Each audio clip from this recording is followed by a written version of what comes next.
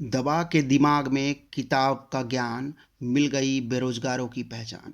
नमस्कार, मैं हूँ बेरोजगार, लेकिन सरकार की नज़रों में मैं हूँ असरदार।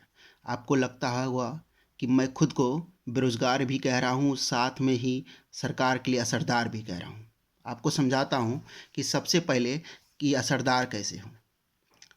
असरदार इसलिए हूँ क्योंकि माननीय प्रधानमंत्री जी युवा शक्ति की बात करते हैं और इस युवा के अंदर काल्पनिक तौर पर इतनी ऊर्जा भर देते हैं कि राष्ट्रभक्ति से लेकर सरकार की भक्ति करना सिखा देते हैं। इसी युवा के मन में हिंदुत्व के सहारे अपनी रोटियां सेकते हैं और हम जैसा युवा बेवकूफ़ बना चला आ रहा है। आज का युवा अपनी युवा अवस्था छोड़कर बाल पकने वाली अवस्था में पटना और इलाहाबाद की गलियों में रोजगार की तलाश में वर्षों से तैयारी कर रहा है। रेलवे की भर्ती कहने का संदेश है कि रेलवे ने रोजगार निकाला था, नियुक्तियां निकाली थी 2019 में और अभी 3 साल होने को हैं। लेकिन चर्चा यही चल रहा है कि ये जो उग्र जो लड़के कर रहे हैं पटना के सड़कों पे, पटना के रेलवे स्टेशन या इलाहाबाद गया, जहाँ से भी ये न्यूज़ या समाचार आ रहा है कि लड़का लोग कर रहे हैं, वो भी खान सर के कहने पर। खान सर एक अकेले नहीं, वो पटना रेलवे एक बस पटना के लिए ही नहीं है बल्कि पूरे भारत देश के लिए है। और खान सर एक अकेले नहीं है कि वो इस उग्र को या इस लड़के के आंदोलन को तेज कर सकते हैं। कहने का मात्र है कि रेलवे बस पटना और खान सर तक सीमित नहीं है। जो खान सर कहेंगे वही लड़के लोग करेंगे। अब ऐसे कितने खान सर देश में हैं जो छात्र के लिए काम करते हैं, पढ़ाते हैं, निःशुल्क सेवा करते हैं।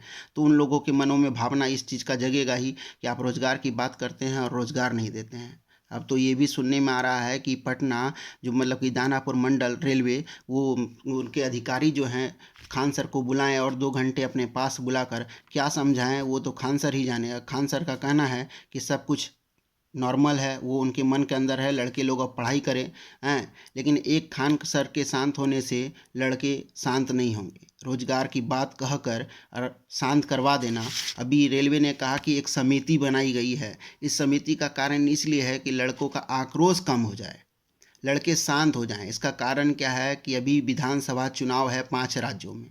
सरकार अपनी रोटियां फिर से सेकना चाहती है और छात्र को सदैव ही बेवकूफ़ बनाया गया है।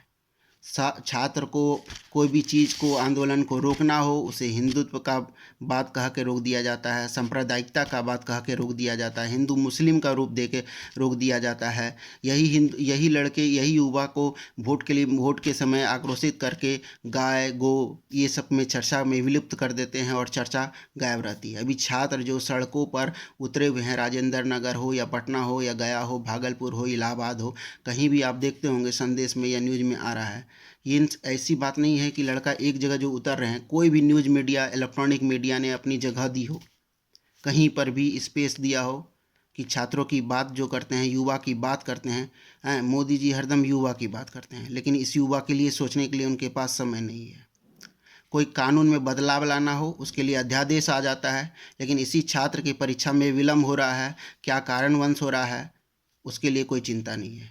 पहले कहा गया ग्रुप डी की परीक्षा में एक ही एग्ज़ाम होंगे, लेकिन अब अचानक घोषणा किया जा रहा है कि इसका दूसरा भी एग्ज़ाम जो कि मेंस के तौर पे लिया जाएगा, वो भी कम दिनों के अंदर में। जो छात्र की पढ़ाई रुक गई थी, बाधित हो गई थी कोरोना काल के कारण, जो घर पे आ गए हैं, आप सोच सकते हैं जो लड़का छात्र, हम जैसे छात्र 5 जो पटना में रहते हैं, 1 महीने का खर्च न्यूनतम कम से कम 5 से 6 हज़ार रुपया आता है।